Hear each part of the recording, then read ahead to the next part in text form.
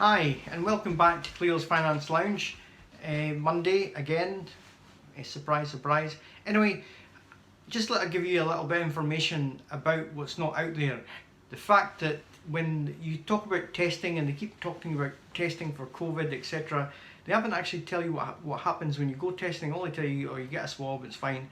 I went for a test on Saturday afternoon, 2:30.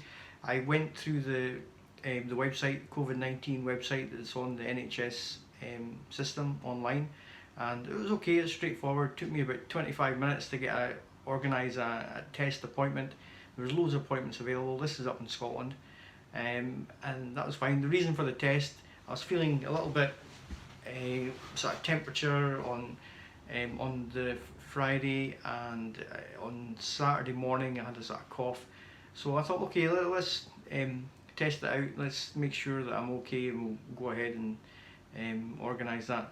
So I'm going to explain to you what happened on the test when I went. It was a drive-through test, and also the inadequacies that are when you go for one of these tests, and the amount of lack of information that they don't tell you, like, this is actually going to happen, this is the process, this is what actually they do or they don't do. I think it's probably more appropriate. Anyway, I went for the test. I organised it at 2:30. It was through in Hamilton, and first of all, there's no signpost. There's no sign to say that it's a COVID testing centre or anything like that. I drove past it and had to come back.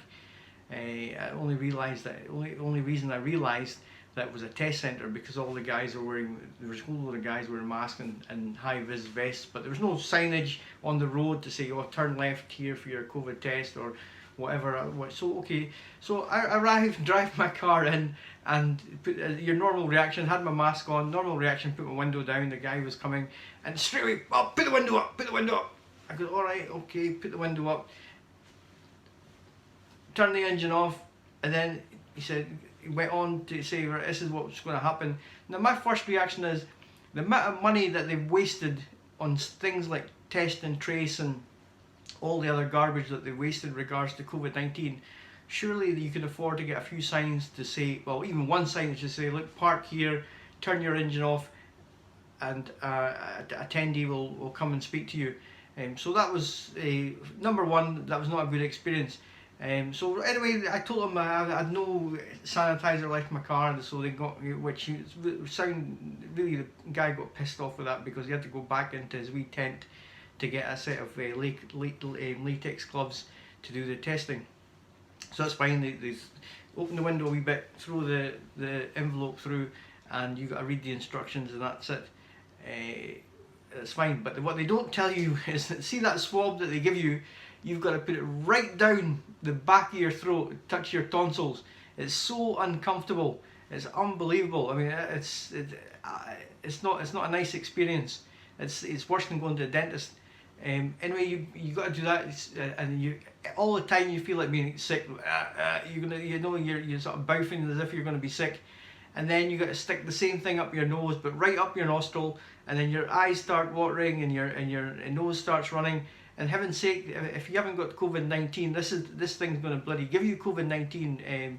This test. So that's fine. Then this woman comes along, okay, everything all right? I said, well, I'm still reading the bloody instructions here. I'm going through it. Eventually, anyway, the whole process, put it on my dash, they take a photograph of it, and you drive off, you put it in some bucket, and the guy stands back as if you're a leper, which is fine if you haven't got COVID-19. So, oh look, aftermaths of the test. So that's fine.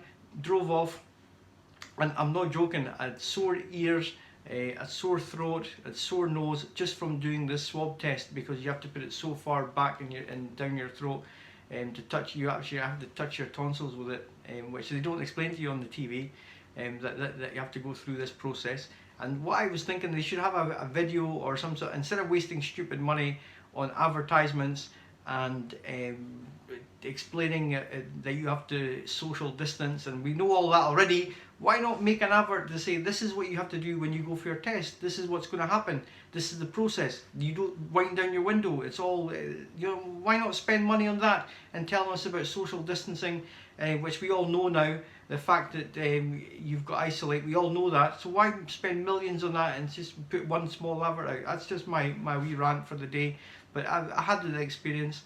You got the test results 24 hours later, which was correct. Actually, it was a little bit longer than 24 hours, maybe 26 or 27 hours later, but they send you a text message, so that's good, and it was negative, so I don't have COVID-19. So if you do meet me in the street, or I've got a meeting with you, then don't need to worry, you're not going to get COVID-19 off me. Although I still will be social distancing, I'll still be wearing a mask, don't worry, I'm still going to follow all the rules according to whatever guidelines that they give us. So that was my experience with the COVID-19 testing, and we'll see what happens next. And like I said, they've wasted so much money on things like adverts on social that actually explain to what the process is. If you do have to get a test is very important if you've got symptoms. So I think the least they can do is explain this is the process if you actually have to go and physically get a test.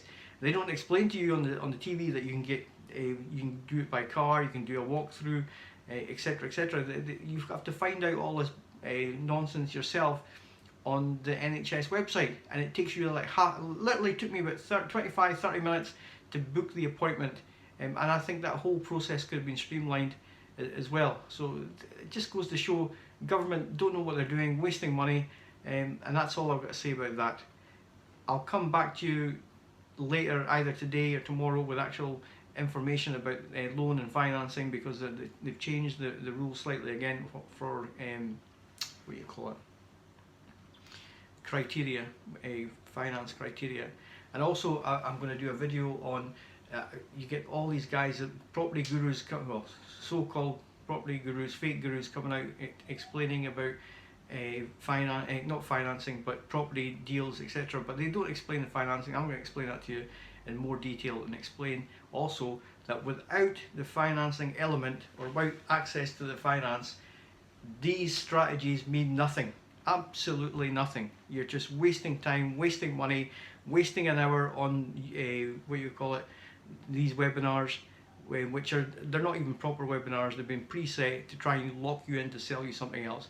I'm not going to sell you something else. I'm going to explain how it works on the financing side anyway, and hopefully take it from there.